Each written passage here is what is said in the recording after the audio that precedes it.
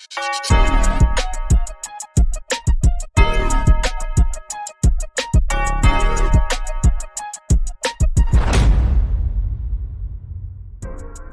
right, this is a new SEC podcast. We're previewing Kent State taking on Oklahoma. The line right now has Oklahoma 45.5 spread. Crazy spread. Over under 53.5. This game's coming on at 4 p.m. Eastern, SEC Network. What are we thinking here in the new Oklahoma team without Mateer? That's a top 5 Oklahoma team right now. You know, respect on this Oklahoma team, top 5. And I don't think anything changes because of the quarterback situation. And we could talk about that first and foremost. Mateer now out with an injury. We did a video on that. You could watch that. He's successful surgery. So hoping to have him back. The memes have been great. I love it. He's hoping to be back in a couple weeks. And in that meantime, you have Michael Hawkins Jr., someone you're familiar with as an Oklahoma fan. You saw him come in last year when Jackson Arnold was struggling. They made some quarterback changes. He won the Auburn game. And he offers something to this team that I think that Mateer offers. I think he brings it down a notch a little bit, but he can run.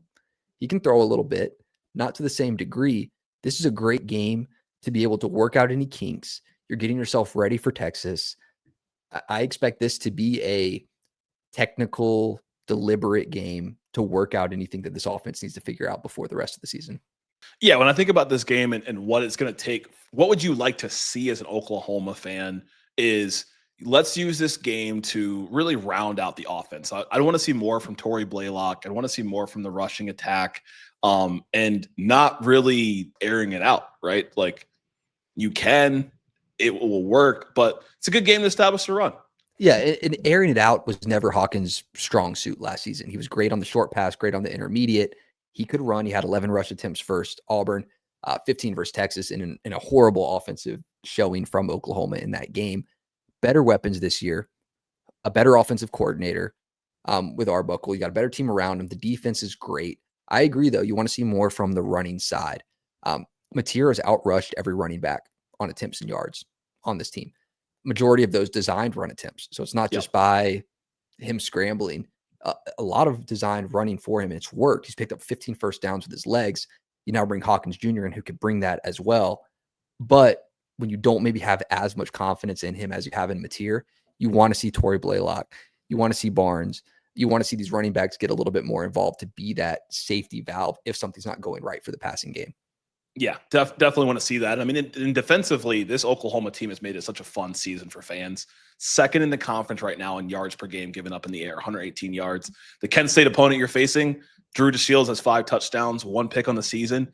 This defense or this offense for Kent State, they have not put up more than 18 points in their Power 4 competition across 2 games. So Florida State, they lost 66 and some change. Texas Tech, they gave up over 60 points on defense. It's not going to be a game. The spread indicates it. The defense should have fun. That's all I'm going to say. Yeah, I mean, the O-line for Kent State, mid to low mid at best. Sorry, Kent State. I mean, they got eaten up versus Buffalo. So they haven't been able to run essentially all season. It's been Drew DeShields kind of having to he's at the quarterback, he's leading the team, but he's got to be really the guy. Like if they're doing anything, it's coming through his hands.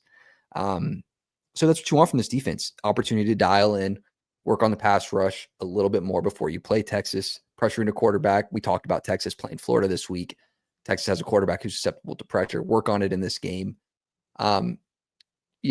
Anything else about, Kent State? I know that they haven't had the best season to date.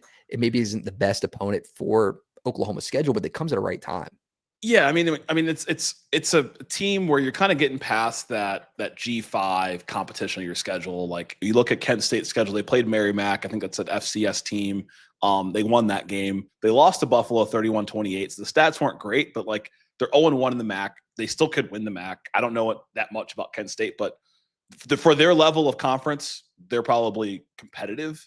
When you play Texas Tech, who's a top 15 team, and you play Florida State, who's a top 15 team, losing 66 to less than 3 touchdowns tells me the type of team you are.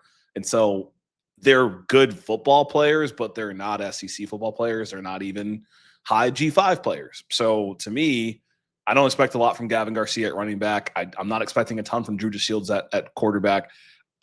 I'm expecting the defense and Guillory and all these guys on the D line to have their way. I would expect less than 50 yards given up. I mean, number 6 rush defense in the conference for Oklahoma right now, 89 yards per game.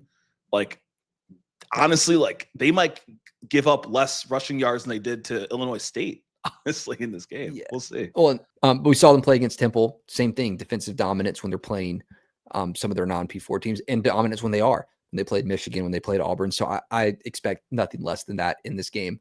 Now, looking at the spread, I don't think Oklahoma covers here, but it's not because of Kent State. It's not because of Oklahoma. I expect, calculated drives, like I said, working on concepts, tweaking the game plan. I told you before we recorded, like, I don't know if it does Oklahoma any good to be airing it out and scoring 70 points in a game. Like, I don't know if that does them any good when they're trying to work on things for a quarterback. So I think that there will be less explosive plays unless it just breaks loose. And I like Hawkins Jr. playing the entirety of the game. I don't think you bring in Whit Neubauer. No matter how out of hand the game gets, you continue to give Hawkins Jr. snaps under center before you start playing some tougher competition. I definitely agree there when it comes to Hawkins, right? I do want to see what he can do on the ground. I think he potentially could be faster than Mateer, so we'll see if he is, be able to run more, see what he can do in the air, and it should be a fun one, right? It's the one before they play Texas, if I'm not mistaken, right? So that's really what matters in this game and what happens going forward. But it'll be a good test to see kind of how much Hawkins developed in the offseason, what your quarterback room looks like, and what Oklahoma fans have come to expect from a strong quarterback room in the past. What do we got in the whole room? So my prediction this game is 35-6. I think it's not close at all. I don't know if they're in a run it up, stance in this game, but if Hawkins comes out and he's just like slinging it, we'll see. We haven't really been able to see Hawkins play in these type of garbage games. Last year he came in kind of later into the season when they were in conference play. So maybe he does come in and put a 45-point plus spread, but I think 35-6 is still a good win. It's a lot to be happy about, and it should be a easy one for the fans out in Norman. But we want to know what y'all think. What do you want to see in this game? What do you expect from Michael Hawkins? What do you expect from this Oklahoma defense? Hunter, any final thoughts before we wrap it up? Yeah, I mean, four games on under. So if you're betting on this game, I like the under 41-0. We'll see what happens with Oklahoma going forward. I think this is a great opportunity to build some confidence around a new quarterback.